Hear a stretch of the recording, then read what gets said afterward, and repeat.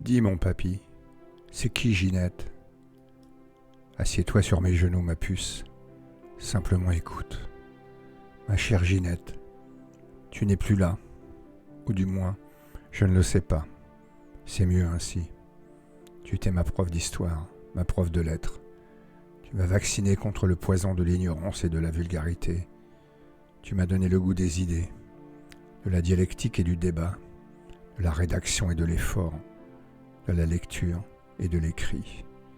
Mais ma Ginette, tu aurais pu me gâcher mon premier week-end à Paris. Le savais-tu? Invité par mon oncle René et ma tante Claudine, je découvrais, lors des vacances de la Toussaint, les mystères du trou des Halles, de ces jolies demoiselles habillées court et bien maquillées, les monuments parisiens, le délice de la soupe à l'oignon. La lecture d'Iliade et l'Odyssée ne m'inspirait guère. Il me fallait pourtant le lire, le résumer, le condenser, bref, en faire un travail au-dessus de mes forces, surtout de mes envies, après ce week-end épuisant.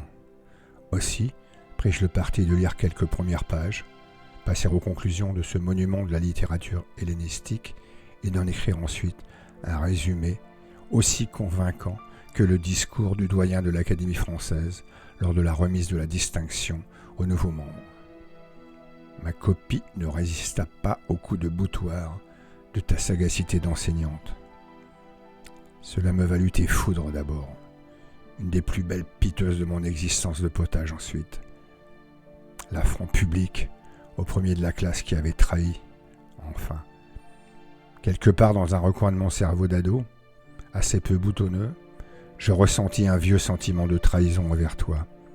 Je ne m'en remettrai jamais vraiment. J'aurais préféré ce merveilleux week-end à Paname plutôt qu'Homère. Cela m'arriverait encore souvent de faire ce choix, du même style. Patrick, ce n'est pas digne de vous, conclut-elle, car elle vous voyait ses élèves. Elle était d'une classe infinie. La vieille école aurait-on pu dire non, non, non.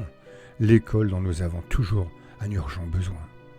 Plus de 40 années de correspondance et d'échanges.